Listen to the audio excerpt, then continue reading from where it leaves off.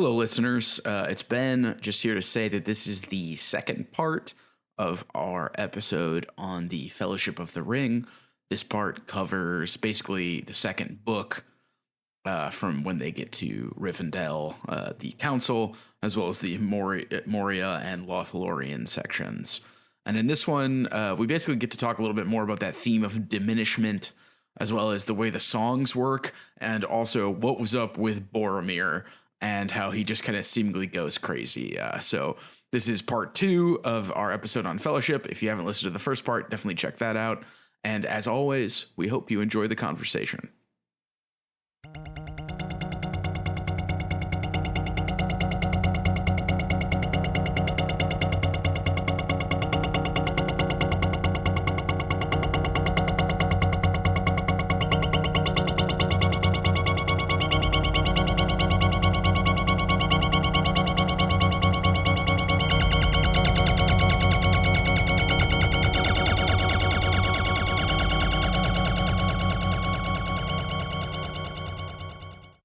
Yeah, the council chapter, as I alluded to earlier, I loved because it's like the bigger version of the Shadow of the Past, where people are giving speeches and they have to test the proofs of the ring rather interestingly, in terms of, is it the One Ring? Does it have the inscription? And what are we going to do about it? We also, if you're wondering, the mystery, now, a friend of the pod, Aiko, pointed this out to me, but in the movie, Gimli is like, we're just going to pop right over to Moria and see my cousin Balin. And it's like he's going to like Baltimore or something. But in the actual book, it's like, I haven't heard from Balin in 30 years, is what one of the dwarves says. And they went to Moria, like, to explore it. Yeah. In the movie, it very much comes across like, oh, like Moria is just like a place people live. Right, exactly. Like we're told about Dale, which is, I guess, where all the dwarves currently live. But Moria is alluded to as this like once glorious kingdom that is fallen into disrepair, and like people went there and we haven't heard back from them, which is some great bit of kind of like lost kingdomness that happens in the council. But also during the council, they debate, should we give the ring to Tom Bombadil? And we're told that he has ADD and he'd probably forget it.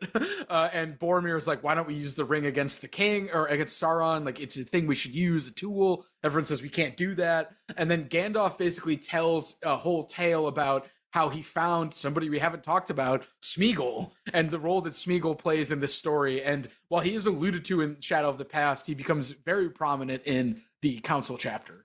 Well, and another thing, Bilbo is there. And yes. Bilbo... we're told he tells the true full story to everyone for the first time. Yeah, not the exaggerated false one or the like myth one. Yeah. Yeah, which I thought was like a very interesting twist. Yeah. On this, because I feel like there's kind of an implication that and maybe this is something I'm taking from the movies, because I feel like it is something that they very heavily imply in the movies. The Hobbit is the book Bilbo wrote about his adventure. Yes, which is, it's sort of unclear because in the beginning of this book, in the prologue, it says, further information will also be found in the selection from the Red Book of Westmarch that has already been published under the title of The Hobbit. So, yeah, I guess Bilbo wrote The Hobbit, I guess. Yeah. And so, again, we kind of have this simultaneous like lessening and heightening of The Hobbit. Yes. In terms of like it's brought down from being a fun fairy tale for children, but it's also given like this greater weight and importance in this broader plot, which I think is a very interesting move on Tolkien's part. I really do like the way that, again, while still leaving the nature of the ring a little bit ambiguous, like Tolkien does do a really good job laying out like why certain things just aren't going to work. Making clear like, no, there's one option, and it is unfortunately like the worst one, which is you have to walk up to the mountain that Sauron lives in and drop the ring in there. And again, we get these very tantalizing hints about the broader world from kind of these other options. Again, like what would happen if we gave the ring to Tom? And they're like, we learn like, oh, the elves call Tom this, the dwarves call Tom that. Like he's this known quantity in the world, but despite how powerful he is, despite the fact that he's clearly this like higher level, like enchanted being, yeah, he can't take the ring.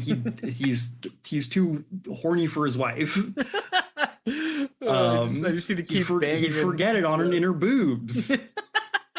Yeah, ultimate wife guide material. Yeah, yeah, and like apparently he would just be like I mean, I guess we see Frodo like this happen. Like Frodo like kind of offers him the ring, and Tom's like, I don't know, I'm good. Yeah, and apparently like he'd take it only if all the free peoples of Middle Earth begged him to with all their hearts, and even then he wouldn't understand why. Please, Tom Bombadil, please take the ring. Yeah.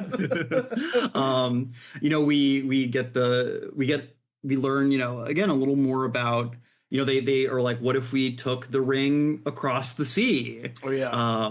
You know, we know, you know, it's something I do want to talk about at some point. The sea, the role that plays in this book, yeah. And the Grey Havens. You know, for those of you who aren't super deep on the Tolkien, like deep lore, yeah, it turns out you can just sail across the ocean and basically get to not heaven, but like the Elysian Fields. Well, but only if you're an elf or you know the way. Yeah. Yes. Which without getting into the full explanation, you have to know the way. Yeah. So yes, but the gods live there, like right. You know, more or less like as just people, you know, like as guys with bodies, which maybe Bloom was onto something with that Book of Mormon comparison. They're all right there. Yeah. So. But they're like, you know, we could take it over there, and it's like, well, they would not let this thing in there. They're not going to let us do that. Like, this concerns like our world, and we have to be the ones to deal with it. Like, we cannot rely on this like outer power to do it. Yeah, they talk about like this doom has fallen to us or something. Like, it's very like this is what we must do. Yeah, and again, it's this way where it again feels very Catholic in a way, where it's like, well, God's not just going to fix it for us. Right. You know, we can't just like wait around. You know, we can't be like the Protestants and just wait around for Jesus to show back up again. It's not we got to do good acts. Right. Yeah. We have to actually do the thing. Yeah. So, but yeah. Yeah. And again, the council chapter is the longest one, I believe. And I can see the argument that it's a little bit dull, but it feels the most like the speeches, debating, you know, cross references. There's a lot of like thinking aloud that I like a lot in that section that I think to me pays off. So yeah, I agree with that. I think if anything that feels maybe a little tedious in that, there's almost kind of this like catalog of the ships moment where Tolkien like takes time to describe everyone who's at the council. Yeah. And it's important from the standpoint of like, I don't know if we've met Gimli up to that point, you know, but he describes Gimli's dad is there, and like his beard was this color, and he was wearing this, and his son Gimli was there, and his beard was this color, and he was wearing this. And no, there's an elf guy, you know, Glorfindel was there, and with Glorfindel was Legolas, who was wearing this and has this color hair, and moved like this. That feels a little tedious. That feels like something where maybe Tolkien could have like been a little more artful about like how he's introducing some of these characters.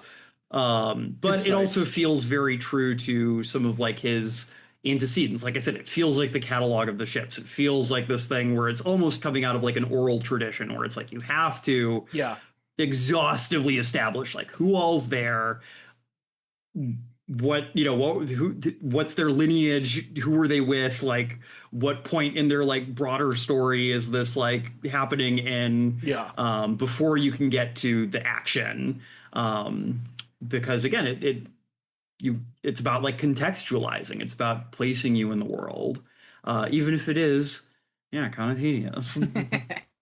Yeah, and again, speaking to unexplained stuff, Gandalf talks about the realizing that the necromancer in Dol Guldur is actually Sauron, which I believe is a realization that is depicted in one of the Hobbit movies. But to me, it plays much better in my mind just imagining Gandalf figuring it out. So because you don't have to see it, you can just be a bunch of evocative words that your imagination gets to fill in what that means.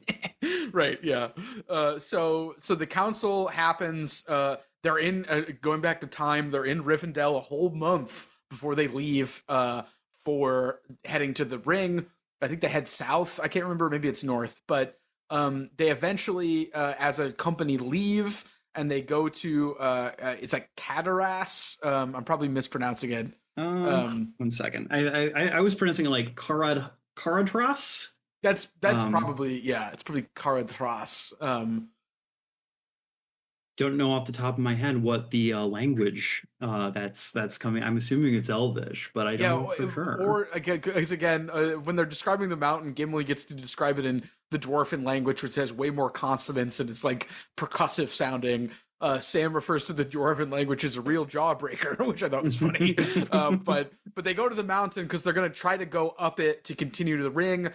There is a horrible storm, which is either influenced by Saruman or not, because basically by Sauron. Maybe I'm confusing. Wait, is it Saruman or is it Sauron? I'm honestly not sure, actually. The movie makes it seem like Saruman is like preventing them from climbing the mountain, because we haven't talked about this, but Saruman basically has a heel turn and he wants the ring as well. So he tries to imprison Gandalf. Gandalf escapes, but basically people are meddling with their ascent up the mountain, so they have to go underneath the mountain through Moria. Which is another moment of kind of burden. It's this thing where, again, I like the way that, again, I know we keep saying we're not going to talk about the movie. The movie, like the choice, I don't say it's like made lightly, but in the book it's this thing where it's like Frodo's literally like, we should sleep on it. Yeah. Because like, yeah, they really do not want to go into Moria. It's not Baltimore. It's they know it's like they're going into something that is incredibly dangerous in like ways that they do not and cannot like fully comprehend. Like even Gandalf, even Gimli, like cannot advise on like what they're going to come across. Yeah. Once they get into Moria. And like Aragorn, Strider doesn't want them to go initially, but they have to. So it's Legolas doesn't want them to go, which in Tolkien, you listen when an elf says stuff. Well, he's also probably like, you know, the factional strife between dwarves and elves. Gimli's like, I can't wait to see it, but I don't know what it's going to look like, and so yeah, it's a very heavy choice. Yeah. But you know, eventually they realize like, okay, well, they kind of are forced almost in this version because they're attacked by the wargs. Yeah, and it becomes very clear that like, okay, we are not like as secure in like our we're not as far ahead of our enemies as we think we are. So it's like we don't have time to like dig around and worry. We gotta just like go.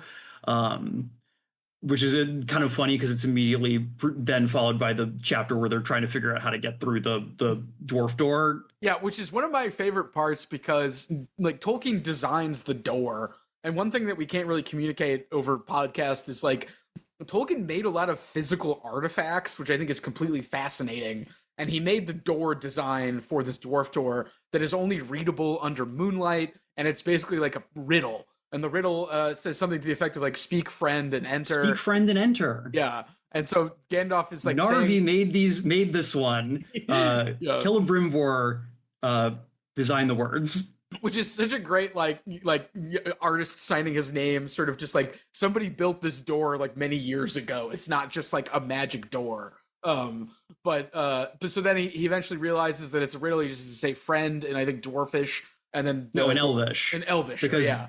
This was when Moria was at its height. This was the place where the elves, who were their allies, would come to trade with them. Yeah. And so it was a mark of like great friendship between these two peoples that this door functioned this way. Yeah.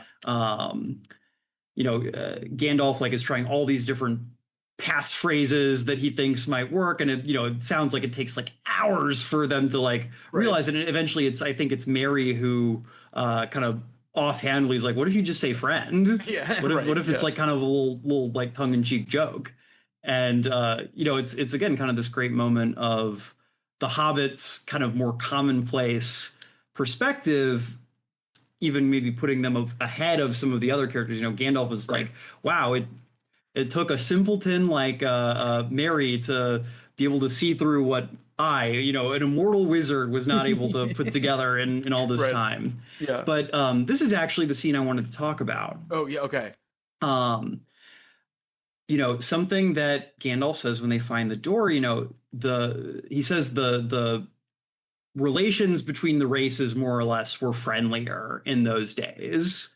That again, there was this trust that the elves could come here and find the door, because the elves are like, Tolkien's elves are like kind of weird because they're almost like semi-nocturnal in this way. They're very like associated with starlight and the moon, and kind I don't of think the they like sleep cold. very deeply. I think it's described at one point. Yeah. And so like they would come here like at night because that's the only time this marking is identifiable. And again, they would just say friend in their language, and they would gain access to the Dwarven city. And so I've been reading through to kind of explain like why this affected me so deeply. I've been reading my way through Peter Gay's The Bourgeois Century, which is his cultural history. Peter Gay is a great scholar of kind of, I guess you would broadly say, like bourgeois culture from like, the Victorian era, like up through like Weimar. He has a great little book on Weimar culture that I would recommend anyone read. It's fairly short, but really, really great book. Bourgeois Century is one of his like magnum opuses. It's a huge like 4-volume series of texts on like, it's a cultural history of like, the bourgeois century, which he defines as like the Victorian era through World War One, and sort of the trauma of World War One as kind of this defining feature of this period. Yeah. And something that he, talks about, and, if you read, the journals of people like Stefan Zweig, kind of these, like bourgeois, definitely more upper crust people who had the ability and the money to travel, something that is really hard for people today, and I think this goes, just as much for you and me as anyone else, Ben. Borders used to be a lot more porous.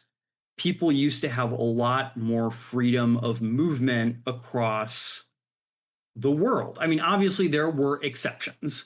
If you were like an enslaved person in America, you could not just pack up and move somewhere else. I don't want to overstate this, but if you were, a free person within your society, you had a lot more ability to just go visit somewhere else without needing to have a visa and all this proof that you're not a criminal or you're not this or that you're not disabled,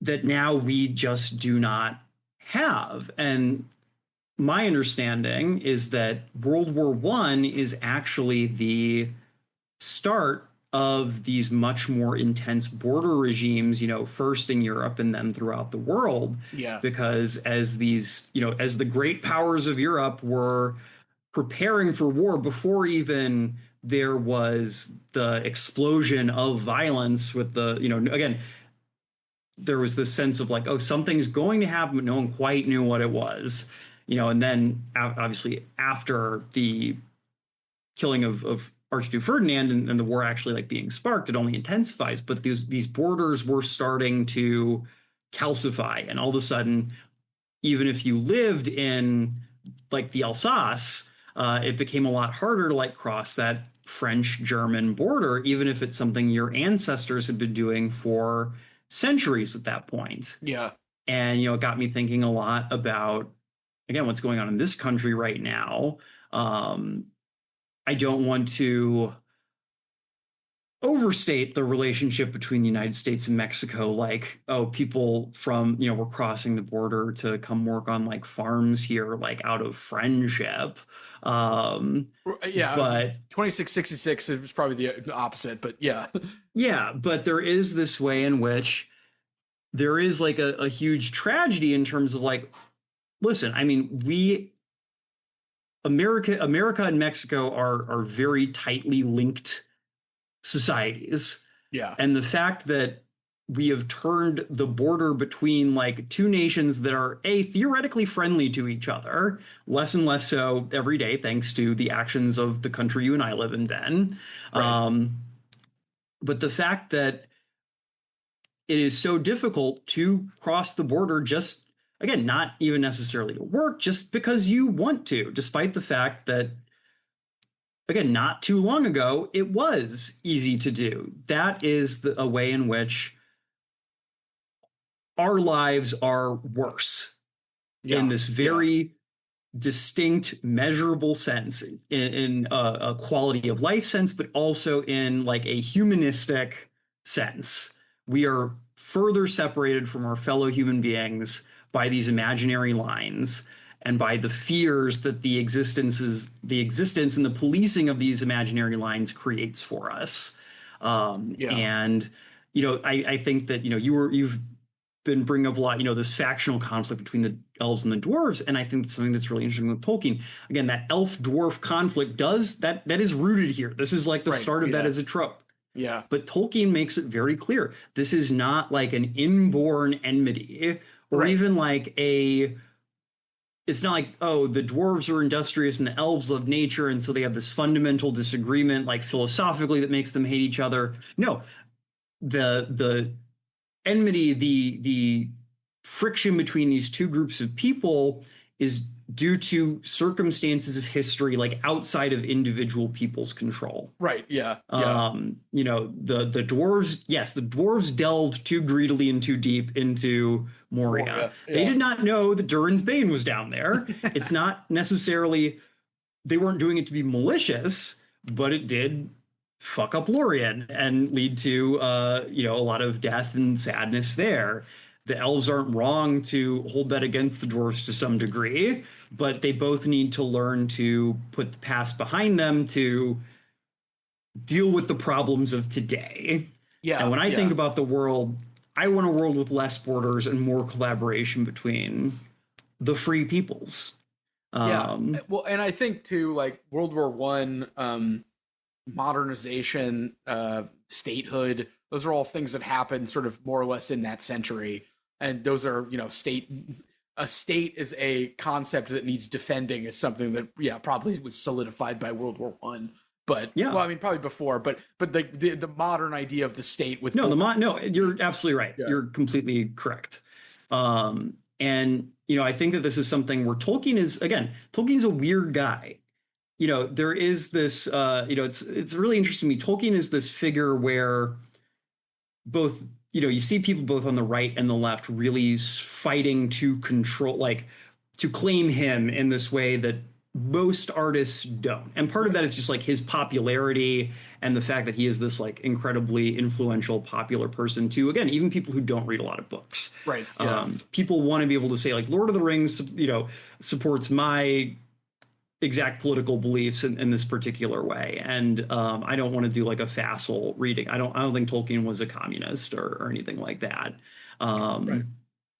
But he was a weird guy, and this is a place where like his reactionary streak, the fact that he was incredibly suspicious of modernity, and because of that, suspicious of the state, of industry, of militarism, gives him like an ability to see the world in this way that a more typical person would not. And I think that is what makes, it goes back like what makes him a unique writer and what makes this a unique work. Because again, it is this kind of weird, like there is a friction there between kind of the suspicion of modernity, but also this very like liberal conception of different people's abilities to work together. Right. Yeah. And that we should be able to work together. This quote on Fairy Stories regarding suspicion of modernity: the notion that motor cars are more alive than say centaurs or dragons is curious. That they are more real than say horses is pathetically absurd. For my part, I cannot convince myself that the roof of Bletchley Station is more real than the clouds. And as an artifact, I find it less inspiring than the legendary Dome of Heaven. From the wilderness of my heart, I cannot exclude the question whether railway engineers, if they had been brought up more on fantasy, might not have done better with all their abundant means than they commonly do. So, if engineers were reading fantasy stories, we might be better than just if they were educated on science and technology. Is again kind unfortunately, I think we've had enough proof that that's not the case, as evidenced by all the fascist technology companies that are currently have names explicitly derived from JRR Tolkien. Yeah, especially naming your surveillance death cult company based off the Seeing Stones in this, Palantir of Peter Thiel fame. The Seeing Stones, which by the way drive characters insane, but that's for another episode. So yeah. Well, yeah, I mean, maybe there is definitely something there. Maybe we all are looking at our Seeing Stones too much these days. Get it, folks. I'm talking about the kids and their dang phones. We should come back to that in the future because I think there's something there in terms of Seeing Stones driving people crazy. But I feel like we can definitely talk a lot more about Saruman in the next episode because I know he really takes a much bigger role come the Two Towers, and maybe we can kind of come back to him and the place that the Seeing Stone plays for him. Yes, we should mention briefly that I think Moria and Lothlorien are twinned because Moria is a once glorious city that is now decay and overtaken by Durin's Bane, and Lothlorien, on the other hand, is still functioning, but it's not long for this world, as we're told once they get to Lothlorien. So no, we are in a very direct way now. We are walking through the ruins of the world. Yeah, something I found myself thinking about this read through is like the Lord of the Rings is a post-apocalyptic story. Like something that I think didn't totally click for me again until kind of these World War One. Until I had like a better understanding of what Tolkien himself had lived through, was what it meant for like the world to be diminished in this way. It's something that, again, we as like moderns, quote unquote, we are almost uncomfortable with this idea of like the world getting worse and nothing being able to be done about it. I remember seeing someone say about COVID, part of like the kind of American neurosis about COVID was just this thing where like there is a new bad thing in the world that can kill you or disable you or et cetera, and we will never be able to get rid of it. Even once we have a vaccine, even once like there was never a point where like realistically we were going to be able to like completely eliminate COVID. And again, that wasn't anybody's like particular fault. That wasn't because it wasn't because of pangolin soup eating Chinese people. It wasn't because of Italians playing with bats too much. It was just a thing that happened, just like a contingent factor of history. And that does contradict like this arc of progress we believe in, where things should always be getting better and always improving. It's something I am a little uncomfortable with it in Tolkien, because I there's a surety about diminishment and decay in his books that, I mean, he wrote them. It is foreordained. Like nothing can be done about it because that's not the story he's telling. But I'm always kind of like, well, why can't the dwarves like relearn how to do crafts the way that they used to? Why can't the elves quit watching anime and start having babies again? Elf Shinzo Abe. Now there's a character. Bill Lothlorien. Yeah, we're industrializing Lothlorien. And again, I think it comes down to like Tolkien's reactionary streak to some degree, where he's suspicious of progress. And the thing is, once you're suspicious of progress, it's very hard to like believe that things could ever get better. Well, yeah, and Sales in Modern Heroism makes the point that Tolkien is a quote unquote withdrawn individual. Like he works in his books, he's more comfortable in the stories of the past and dead languages than he is in the present one. And I think while that perspective can give good insights, yeah, it does lead to this kind of suspicion of progress. So, and I mean, again, it can be good to be suspicious of progress sometimes. I think that we're very much where we are as a society right now because a lot of people assumed progress was kind of a given, and that we didn't really need to worry too much about the forces of Sauron massing over the border. Talking about the dang Cheeto in the White House. I know we're not going to talk about Saruman, but I forgot that when Gandalf goes to visit him, he's wearing a cloak of many colors, and he's like, "Behold!" and he's like, just that's a detail that I think they realized they couldn't put in the movies, but I just like it more because it's just like kind of one of those moments where I know you and I have talked about this before. It's kind of like one of those Shield of Achilles moments where it's like he's describing a thing that you can't actually, it's impossible. I mean, clearly he's describing like something like kind of pearlescent, but it's more than that. But I always love that. Yeah, right, Saruman of the many colors. He's like, he's like, I'm better than white. I'm everything. Yeah. He's gay. He's wearing a dang pride flag as a robe. Just that's what he wanted to do with the ring.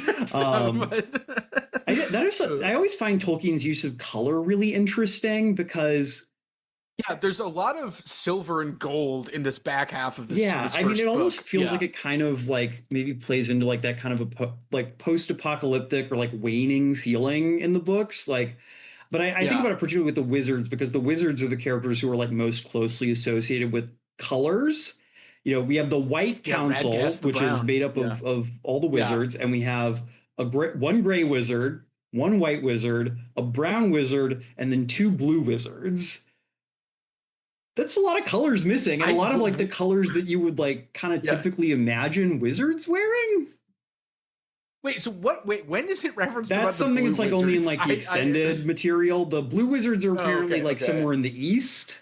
Interesting. But like there aren't a ton of like the kind of more, I'll say, lively colors really tend to be either in nature or in evil. Like the fiery eye of Sauron is obviously red.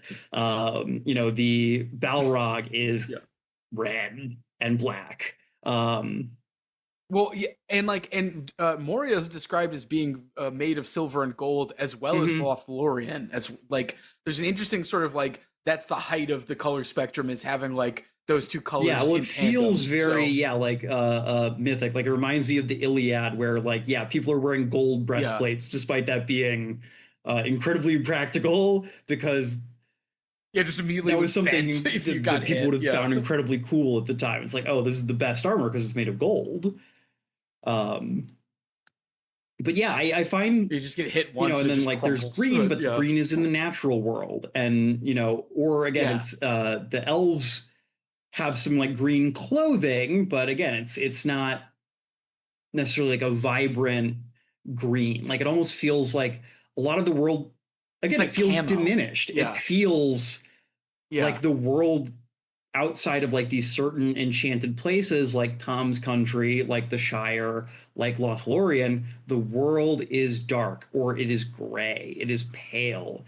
We're looking at a world that is like slowly diminishing. This used to be a place where there were vibrant colors and mythic tales and heroes, but that time is rapidly fading, and it almost feels like it's communicated in the way color is used in the book in this way that I really like. Yeah, now that I think about it, like it's like Tom Bombadil has a blue jacket and his boots are yellow, but nobody else is wearing that drip. So it's like you get the impression like even like Frodo, there's a very big deal is made out of Bilbo gives Frodo his mithril mail shirt, which is again, like Yeah. silver and like covered in white gems, and it's this incredibly regal thing. Frodo puts it on and then immediately puts his like dirty plain clothes on back over it.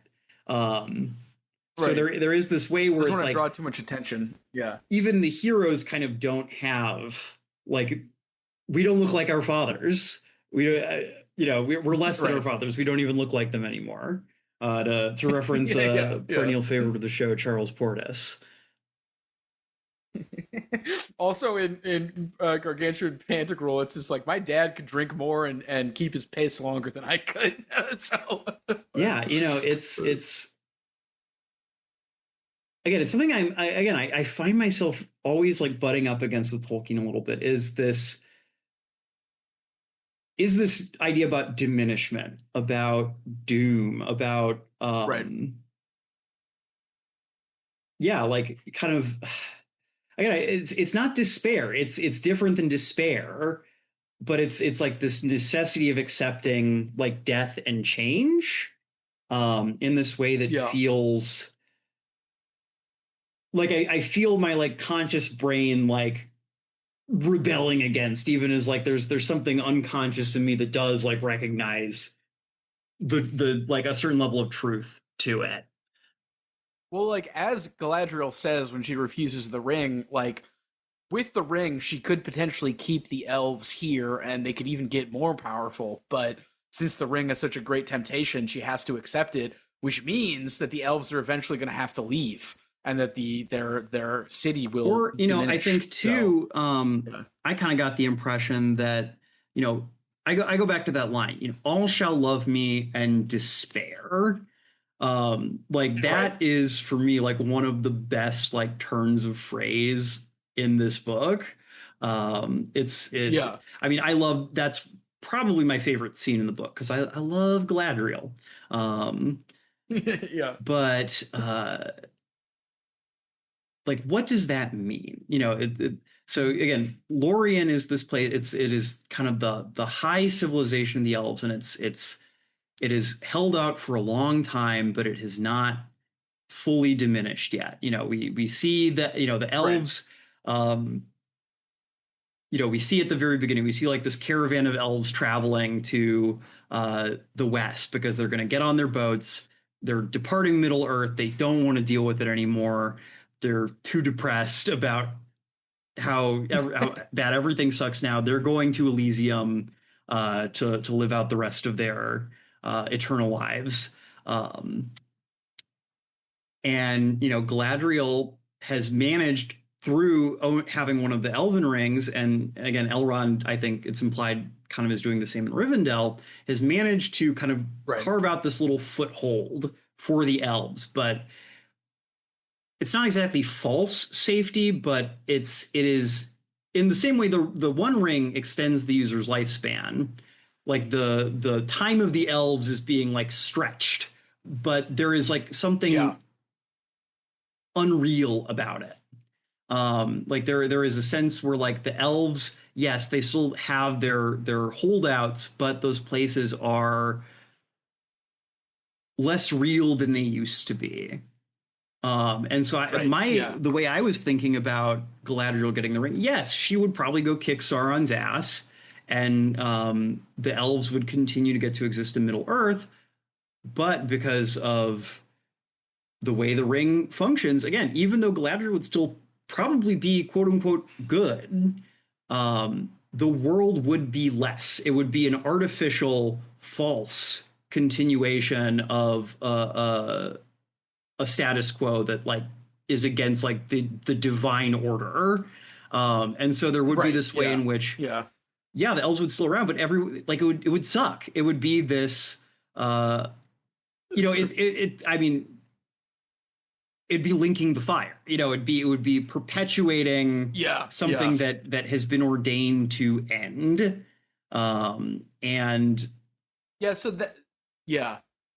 Well, I think that's a good parallel with the diminishment thing, because it's like things are supposed to end, and I guess that means they're going to diminish. But just on its own, it's like, yeah, I hope things get better, but it's like, death and change happen. So there's like a kind of like twinning of those two, where it's like, obviously like the Shire is going to continue to exist, but people are going to get old and die, and that's, you know, part of the acceptance of that.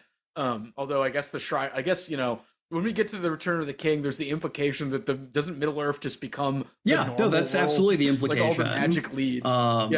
Yeah, like all the magic. You know, leave. we're kind of watching like the end of the heroic age, so that like real history can, or not real history, but like our history as we know it can begin. Now I don't know how well Tolkien had like thought through like the mechanics of how that works.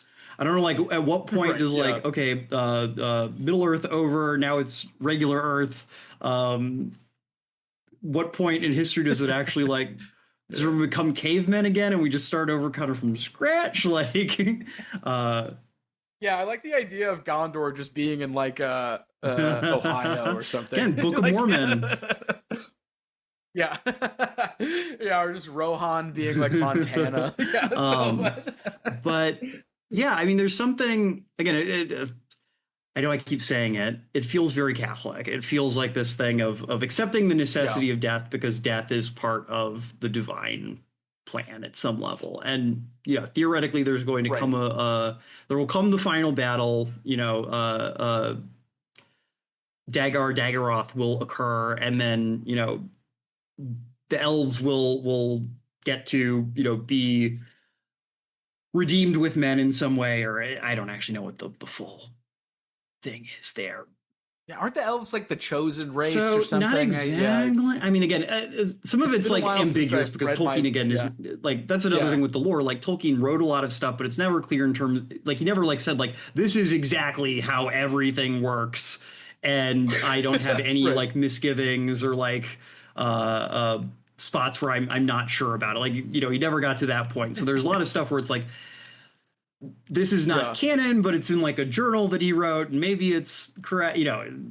But like elves like are tied to the world, so like they don't get to go to heaven basically, but men do. And like, so men are actually the chosen race, because Errol Ilúvatar actually gave them the gift of mortality, because they get to go to heaven.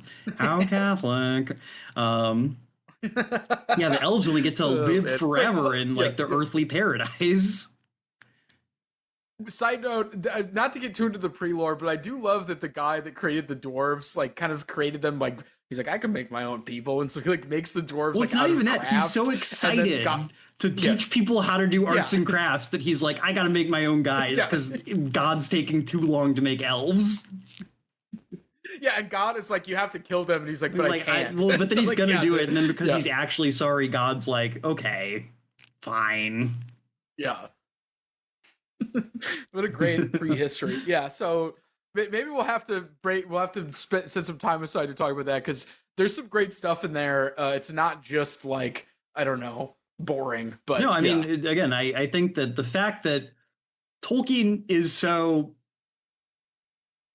he thought through a lot of this stuff, but he doesn't make you read all about it in the moment. But it's there in the background. Yeah. And it is informing things without taking you away from the story. Now, again, I think that maybe there is a way in which some of this stuff could be worked in.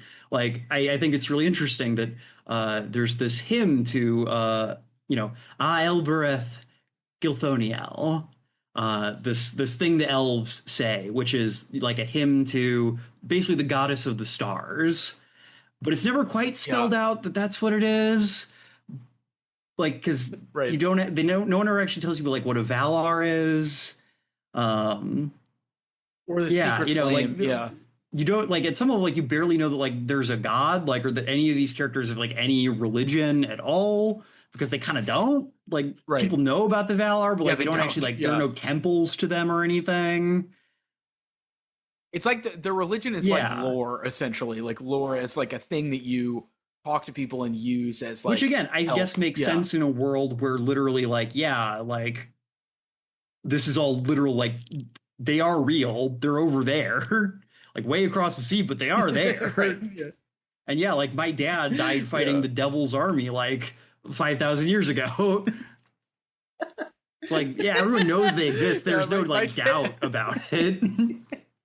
My dad died fighting the Devil's Army. It's just, yeah, it's a thing that can happen in Lord of the Rings. Yeah. See, but that's the thing. You can say that in Lord of the Rings, but it has to be true. And Tolkien is good enough that it is true internally. There's a great bit on fairy stories where he talks about how, like, the idea in a fairy story like Lord of the Rings is to create, a world which is true within this made up one. And the idea is you get the truth from that. You're not just like leaving the real world. It's that like that world is internally consistent, which I think we've spent enough time displaying. Yeah, well, I mean, I think that's like what makes doing this kind of thing different than just doing like Looney Tunes. It's like, right. Yeah. There is like a I don't want to say functional purpose exactly, but there is something that like, you're trying to communicate. There's something true there besides instead of just like, and again, there's nothing wrong with Looney Tunes. There's nothing wrong with just like pure whimsy and invention for its own sake, but it's different. It's not exactly the same thing. Right. Yeah. Yeah, because I think he says so the person, he says, whoever makes a fairy story, sort of like Tolkien, becomes a sub-creator. He makes a secondary world which your mind can enter. Inside it, what he relates is true. It accords with the laws of that world. You therefore believe it while you are, as it were, inside. The moment disbelief arises, the spell is broken, the magic, or rather art, has failed. You are then out in the primary world again, looking at the little abortive secondary world from the outside. If you are obliged by kindliness or circumstance to stay, then disbelief must be suspended. Otherwise, listening and looking would become intolerable. But this suspension of disbelief is a substitute for the genuine thing, a subterfuge we use when condescending to games or make-believe, or when trying to find what virtue we can in the work of an art that has for us failed. So yeah, the idea that you can stay there and you don't have to keep pretending, and then you can return to the real world with your truth intact. So, yeah. All right, well, we've gotten up through Lothlorien. I don't know if we want to talk about anything else in Moria. Yeah, I think we've already mentioned the Balrog. I think we've pretty much. Well, I guess covered. there is one thing. There is that image we really haven't talked about much. And I know you and I were talking about it a little bit before the show. Yeah. And that is the baller song about Durin. Yeah. We really haven't talked about the songs at all. Yeah, we haven't talked about the songs. Durin rocks, and again, there's a kind of like past glory. It reminds me very much of like Valhalla or something with the dwarves, where it's like Durin, like he found this place. He looked into Mirror, the lake, and saw the crown of stars, and he was like, "I will make Moria here." And it's very like mythic, and the places itself have history, which I like. It's not just a lake. No, and it I feel like it illustrates kind of the progression of this world really well, because like Durin like awakes like before there's anyone else in the world, like he's alone, and he kind of becomes king by default because he's the only guy. But it really shows, I think, kind of the way that this world moves from kind of this like mythical space where like that happens, and then you have this heroic age, and then you have the diminishment. Well, it would be that. I mean, if we're going by Vico, it's the age of man. Yeah, it's it's like gods, heroes, men, and then there's a recursion where it starts again, according to Vico. But anyway, I don't know. I'm taking a creative writing class right now because as part of my job, I can take like a certain number of credit hours for free. And we were talking about at some point in our last class, the teacher was bringing up how certain people skip things in books. We're reading the Parable of the Sower right now, and some of the people are saying like, I really didn't like the like little snippets from this like book that the main character writes, so I just kind of skipped those. And my teacher was like, some people skip the songs in Lord of the Rings, and I was like, people skip the songs in Lord of the Rings? Blasphemy. What? I mean, I definitely can understand how if you don't know what you're getting yourself, like again, if you're one of those people who you saw the movies and you decided to go read the books, you're probably like, what? Why are all these people singing all the time? But I mean, I think that this is where Tolkien's again kind of personal, again, the fact that he like spent a lot of time translating stuff like Beowulf stuff, stuff that was like poetry.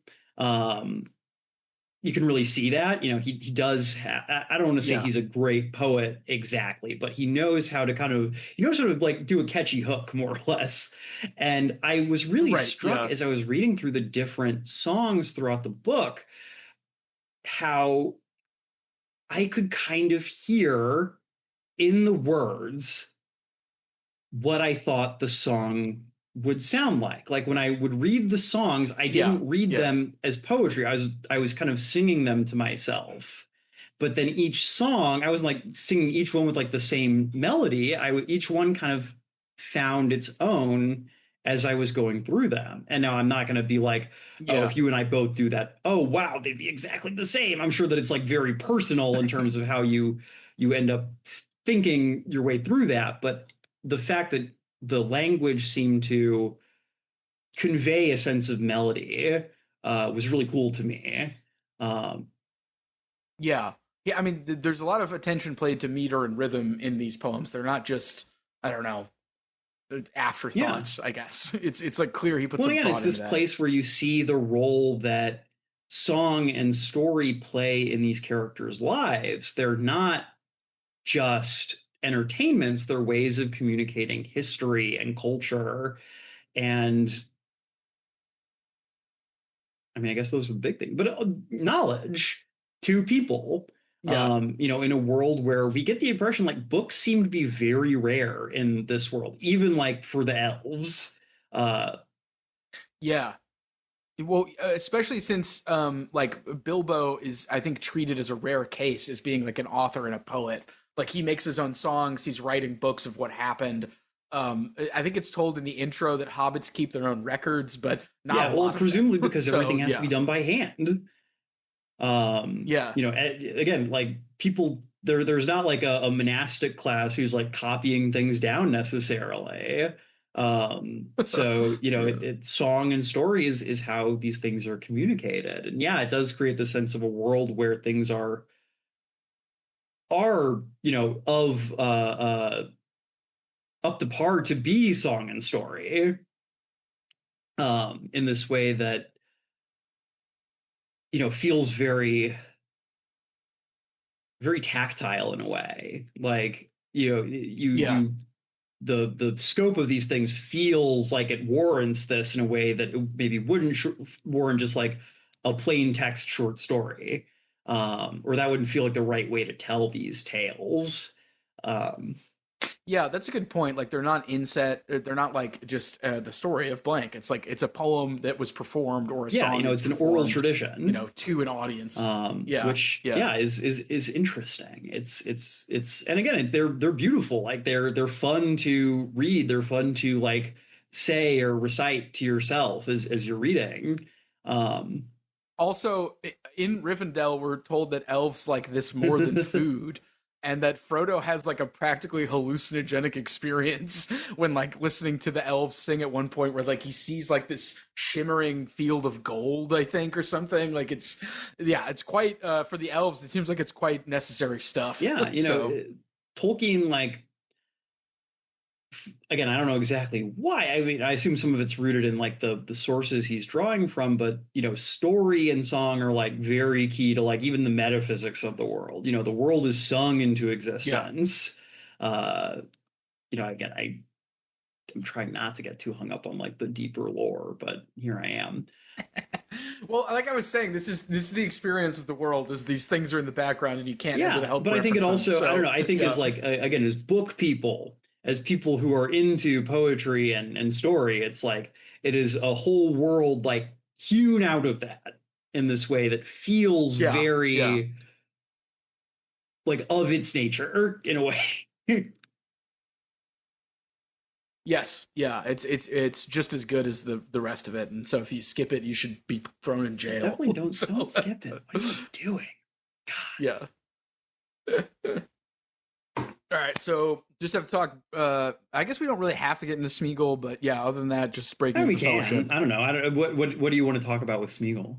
So, I just want to, before we move on to the breaking of the Fellowship, I just wanted to touch a little bit on Smeagol / Gollum.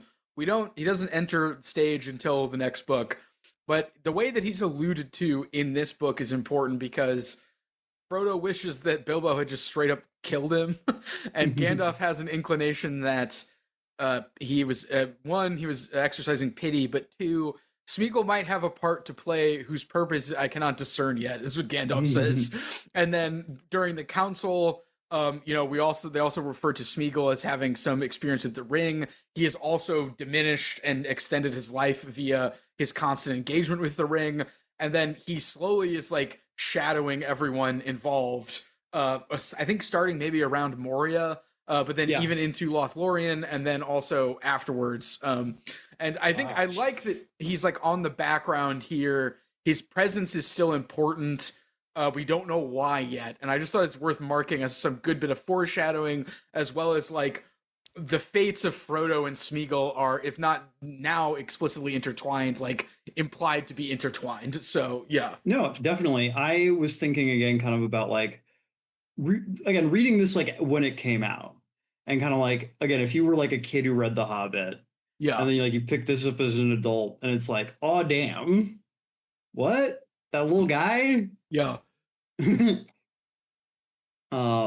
just like, wait, who's that? Yeah, who's that guy? I mean, he like, yeah, but well, no, like that little like throwaway like imp character turns out he's really important. Again, it's this way in which The Hobbit kind of reverberates through the story. Yeah. And again, I find myself wondering, like, should The Hobbit just be book one of Lord of the Rings? And like, I understand how they are separate, but there's also part of me that's like, well, is it really complete if you haven't read The Hobbit? I don't know. Well, that's something I still have to ponder. As we were talking about with the songs, I think it's almost like because of Lord of the Rings, The Hobbit just becomes another instance of world building lore. Because it's the tale that Bilbo wrote down about what that happened, but it's not the true tale. But it's still the beginning of this story. Yeah, that's true. Yeah. But I mean, I guess at that point it's like, okay, but then like the Battle of the Last Alliance was the beginning of this. Like, when does the story actually begin? Then the Silmarillion is the beginning of the story. Right. I do think you can read Lord of the Rings without reading the Silmarillion. I haven't read the Silmarillion. I have, and I remember I read it after I read The Hobbit and Lord of the Rings. And I liked it, but yeah, I wouldn't say it's necessary. So. It's supplementary. I mean, and that's fine. I'm not saying that's a bad thing. But yeah, I guess it's like you got to draw your line somewhere, I guess. But I don't know. Right. I still, I don't know. I feel like The Hobbit is crucial. Like, I feel like if you haven't read The Hobbit, you probably shouldn't just pick up I feel like you should just read The Hobbit first. It's not long. It's fun. It's good. It's good. All right, well, we should probably talk the breaking of the Fellowship, and I found that the after Lothlorien bit, everything is kind of like subdued, and the area that they in appears to be this sort of like weird part of the world where they're like close to the dead marshes. There's this waterfall that has like these statues of kings that have long since gone. There's a kind of like, they're not in the best part of Middle Earth when the breaking of the Fellowship happens. So. Well, you feel again kind of like you're in like this post-apocalyptic like wasteland almost. Yeah. Like you don't like, we kind of get the impression like no one lives around here. Yeah. Or if they do, it's like it's orcs. This is not like we have left like kind of the safe ish area of like, or the settled like civilized area of Middle Earth. And we are kind of like really out in like the hinterlands. And yeah, the only like sign of civilization are like these decaying statues of these two kings who I don't even think like we learn the names of or anything or like who they were. They're just kind of these, I mean, I'm sure that's explicated somewhere in like the Legendarium, but at the time, like they're left kind of like they're just these markers of like, again, like this past world. Like and Moria. It's an image I feel like must have existed in fantasy, but I feel like I see it everywhere. Like it's like Ozymandias or something. Like it happens in Dark Souls games all the time. Like it's quite a pregnant image of like some statue of a king crumbling, something like that. So yeah, absolutely. Yeah, Ozymandias is definitely like what comes to mind for me. But I'm, that's the temporary nature of worldly achievement is obviously a perennial theme in world literature. Yeah. Go ahead. Well, so, and then I wanted to mention in this section, there's like, boating, which we haven't had, but then this is where Boromir succumbs to madness. Now, John, I don't know if you were thinking about this, but I'm under the impression that I don't know if everyone got to look in Galadriel's mirror or her like basin, but if everyone did, I imagine Boromir saw himself with the ring, leading it, giving it back to Minas Tirith and using it to defeat Sauron's army, because I feel like he would have seen that, and then since he's a little too weak-willed, he then would be driven crazy and attempt to take the ring from Frodo afterwards. I really like that as an idea. Yeah. I don't, like I said, I don't know if they all get a chance to look in the basin, because Frodo does and sees various things, but we don't hear. And what Sam does too. see. Sam sees like what is going, or I don't know if it's literally what's going on in the Shire, but he sees like bad stuff happening in the Shire. He's like, I gotta go. I gotta get back home to help my dad. Yeah. So, but I really like that as a reading. That I think works really well. If that was Tolkien's intention, he should have spelled that out a little more. Not necessarily like putting us in Boromir's shoes, but like at least being like, and Boromir looked in and Frodo thought that he saw a strange gleam in his eye or something, like, you know what I mean? Yeah. Because he keeps saying he has like a queer look and he keeps looking at Frodo and muttering. Yeah. Yeah. Like it's not exactly that there's no buildup. It's that the buildup is so vague that I know what Boromir's raison d'etre here is. Like, I know what he thinks he can do with the ring. I know he wants the ring so he can, he thinks they can defeat Sauron with it. He has explained that as like a viewpoint he has. But I don't feel like the like turn here is totally earned. Yeah. And it feels to me like, I mean, it does kind of feel a little bit like Tolkien being like, I got the plot moving here. And he kind of goes back to his toolkit, right? Of again, like medieval romance and epic poetry. And he's like, what if I just, do like an Arthurian like bout of mad, Orlando goes mad and like goes and, Hercules being caught in a fit and, murdering his wife and children. Again, this is like a thing that happens in mythology, but again, there's a tension here because it's not totally like an epic poem, but it's also not totally like a standard novel.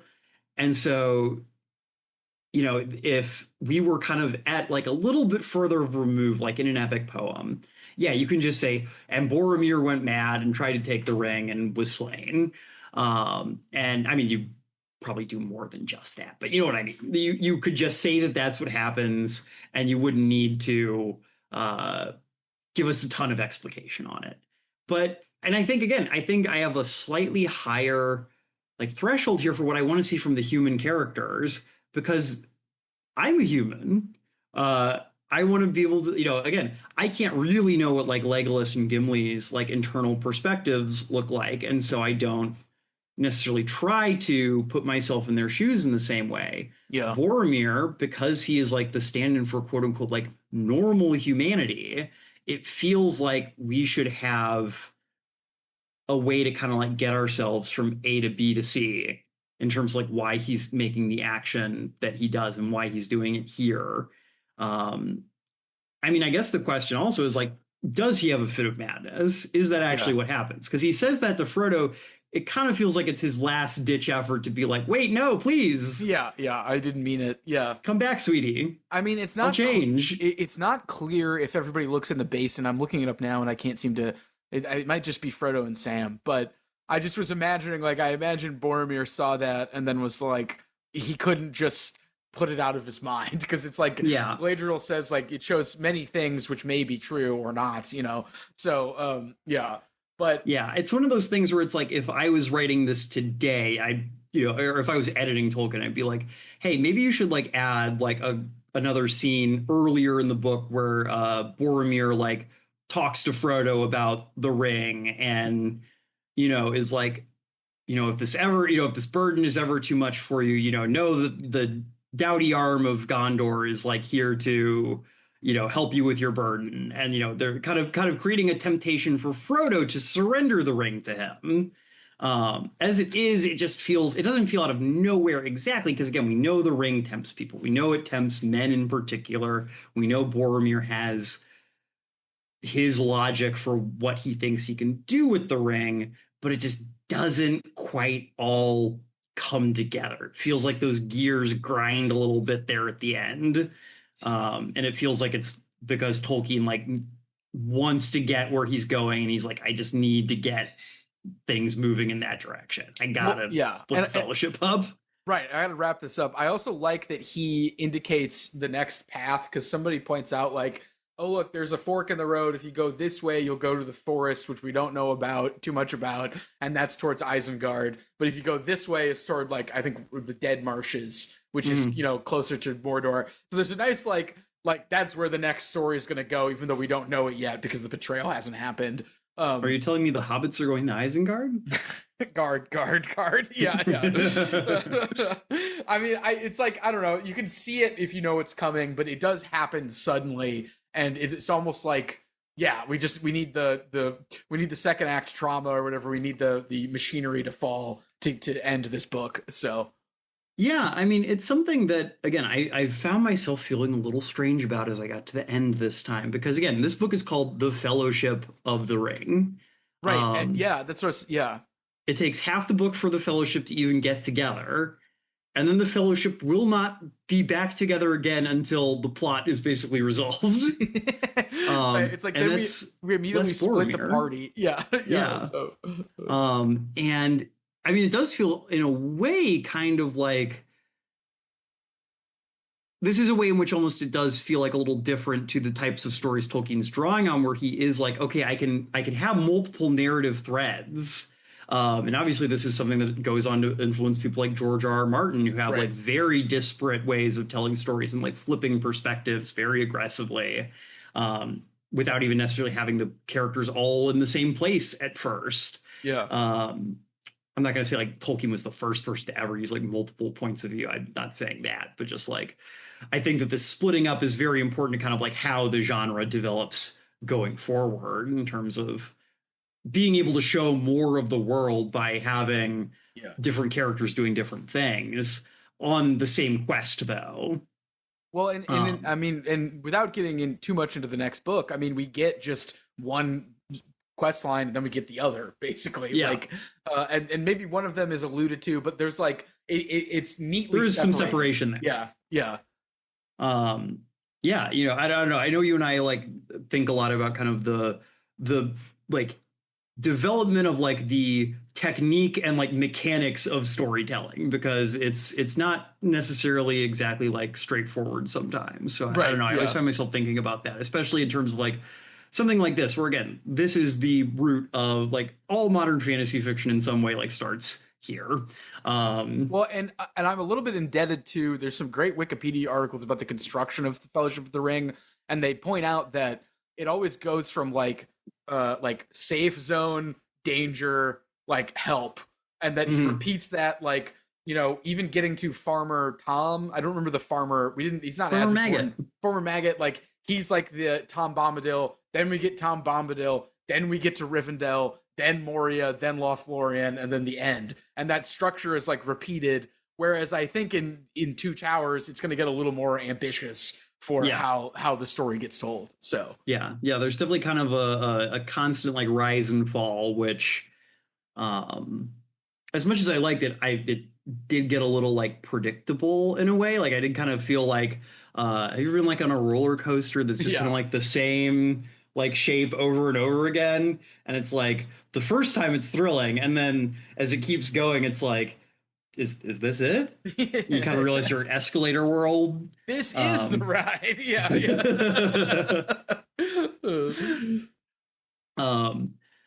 So but again, it is a strange move to, like you said, Ben, split the party so early. And I mean, it does make sense from the standpoint, we've lost Gandalf. We've lost. True. I mean, I think that if there is a something that does justify Boromir's action here, it is actually the loss of Gandalf. It's the loss of kind of the party's super ego. Yeah. You know, all of a sudden kind of these urges and temptations are more able to be acted on because Grandpa's not here anymore. The patriarch is no longer present. Yeah, no one's here to tell Pippin to shut up. God, Pippin's so annoying. Anyway, I know he gets like a character arc, but all of the like oafishness in this book is attributed to Pippin most of the time. So yeah. I feel like they kind of spread that throughout the Hobbits a bit better in like the movies. Yeah. So you're not like so annoyed with just one of them. Yeah, so, I mean that's a good point, but yeah, it's like the super ego's gone, the id is in control. Boromir kind of realizes what he's done, but it's too late. And it's interesting that the movie chooses to show Boromir's death, whereas it ends in the book with Frodo and Sam leaving. And Frodo says something to the extent of like, it was always just the two of us from the beginning, which I wonder if that's Tolkien kind of saying like, that's why we're not keeping the Fellowship together, because I really just want to focus on these two with the ring. And, you know. Yeah, I mean, I think there is something to that. You know, the Fellowship, again, while it is kind of this archetypical thing, there is like a curious, like, what's the word I'm looking for here? Like, it feels kind of like it almost feels kind of like when Elrond is like establishing the Fellowship, it kind of feels like this is like a bullshit idea. Like he's kind of like, maybe this, like, it's like when he's like, oh yeah, we're going to have 9 walkers to counter the 9 riders who are evil. Well, and it happens too, because they're just like, we shouldn't keep all these fucking hobbits on this mission. And then they're all like, I want to go. And he's like, okay, there's 9 now. Like, yeah, like, come on. And it's like, oh yeah, we're going to have one for each of the free peoples of Middle Earth, except men, who there are going to be 2 of. So, you know, Boromir kind of becomes this weird, like, vestigial appendage, like from the beginning. Also, so yeah, go ahead. I had a theory. Do you think because of Sean Bean's death as Boromir in the Lord of the Rings movies, that's why he was chosen as the guy who was killed in the first season of Game of Thrones? Because I never watched Game of Thrones, but his character gets killed in a sort of stunning way, and I always thought it was like, oh yeah, Sean Bean's the guy who dies early if he gets cast. I don't know. That might just be speculation, but I mean, I don't know if it was again like quite exactly like a 1-to-1 thing like that, but I could definitely see it being kind of like, well, Sean Bean has like done fantasy before. People are like still like when Game of Thrones came out, like that was the first time there was like that kind of like a fantasy TV show from what from how it's portrayed at least. And so it's kind of this thing. It's like, well, he's done this in a movie that people loved, and so if we bring him into this show, like, people will be less skeptical. Maybe it'll be familiar. Yeah. There's like a real actor here who's like, he was Boromir. But yeah, maybe there is also kind of something where it's like, oh, we can fucking kill him off like we killed off Boromir. Sean Bean is the guy who dies. Yeah, which again, we don't get his death. I think the chapter is called "The Departure of Boromir in the Two Towers," but we don't get it in this book. So yeah. I mean, I definitely feel like I don't know. We can do a little movie talk. I definitely feel like if there is a weakness to the movies, it's that they are. And again, I think some of this is just like the necessities of doing like blockbuster cinema. Right. They fall a little too much into like action all the time. Like there's there's like all the scenes in Isengard in the movie. And like there's when he the jumps where, on the shield and like skateboards down the staircase and is like shooting arrows at orcs. Yeah, like well, no, I'm talking about like in the Fellowship movie, there's the scene where like they're like the Uruk-hai are like gearing up, and like there's like there's a shaky cam for no reason, so you know, like, oh man, we're in the fucked up place. These guys are fucked up. Yeah. Or again, like making the Watcher in the water like so much more of like a presence, because you can't just like have something like weird and creepy in the background. It has to be like a big set piece. Yes, isn't he just like whipping all of the people around with all of his tentacles in the movie? Yeah. If you want to do that, you could have had that with some kind of like living tree monster in a forest somewhere. Yeah. Yeah, I was thinking about rewatching the movie, but I also remember thinking that it's like a little too long the last time I saw it. Like, I remember like when they get to Moria, I remember I was just kind of like looking at my watch, like Yeah, I don't know. I did watch it. I ended up watching it over the course of like a couple nights because yeah, I definitely just kind of felt like I basically like split it up like the book does, where I was Oh, like, nice. okay, I got through the Council of Elrond, the Fellowship's together, time to go to bed, come back to it tomorrow. Yeah, yeah, I mean, it is. I'm impressed that like they managed to get the bud, like that they gave them enough money to like do that much. yeah.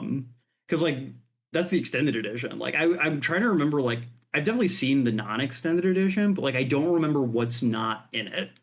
Yeah, I don't Because know everything in the either. extended edition feels like pretty crucial.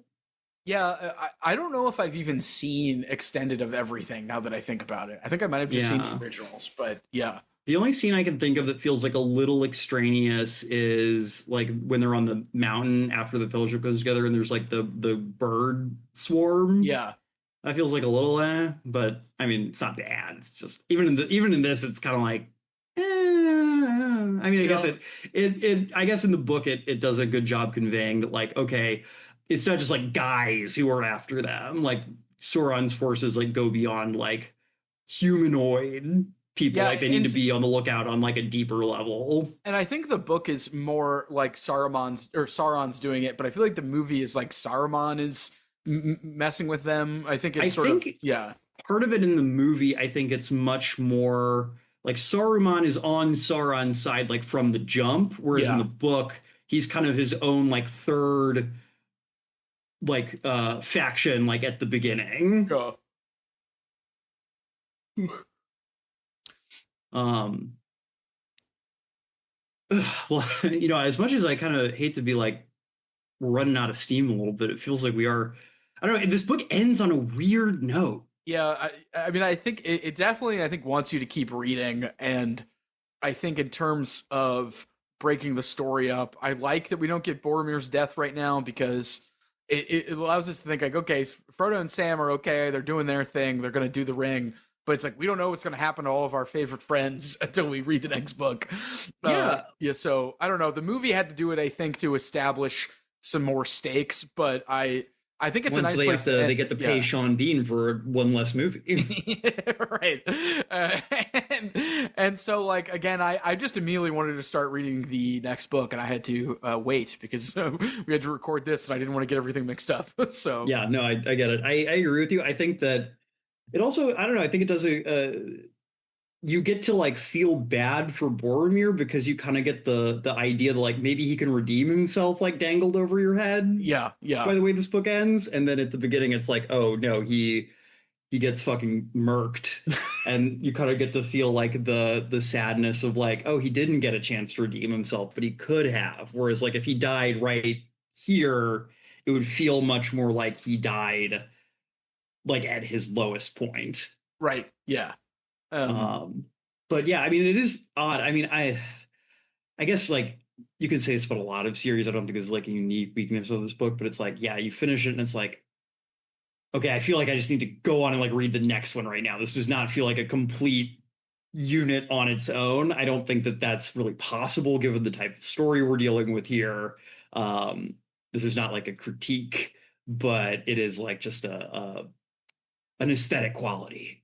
Well, and yeah, and if we compare the end of book one with Frodo confronting the Black Riders and then making it to Rivendell, the end of book two is this sort of traumatic battle scene where we don't know what happens, but Frodo and Sam get away, and sort of the quest is established as continuing that way. So yeah.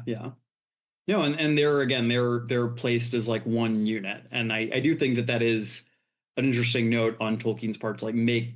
I mean, again, there's a reason like these two are the characters who feel realist, but it's because they are this unit.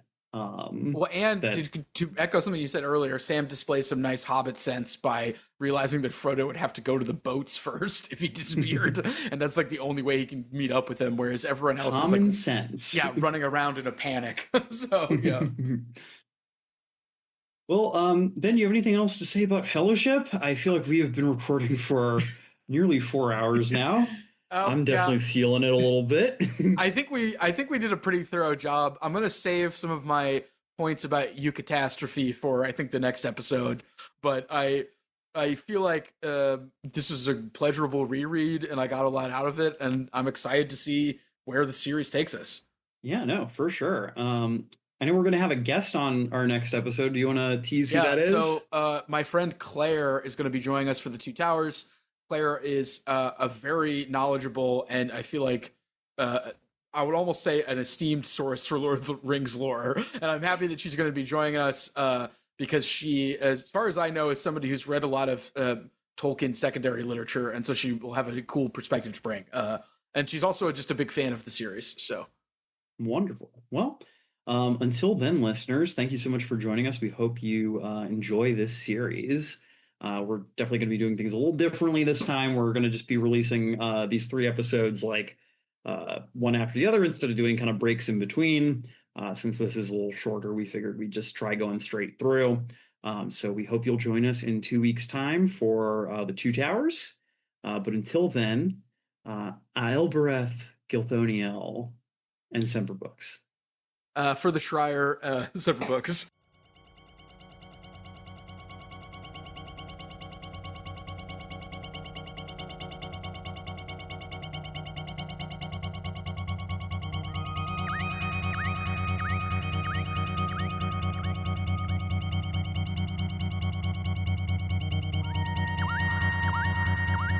Thank you for listening to The Infinite Library. If you liked our show, we'll hope you'll subscribe and leave us a review on Spotify, Apple Podcasts, or the podcast app of your choice. It helps us a lot. If you want to follow us on social media, we can be found on Twitter, Instagram, and Blue Sky at Infinite Library Pod. If you'd like to contact our team directly with episode ideas or feedback, you can email us at infinitelibrarypod@gmail.com. Our intro music is by Amos Legend in the Forest of Mayhem. Our outro music is by DJ Daggy Diggs, and our logo was created by Lars Noir.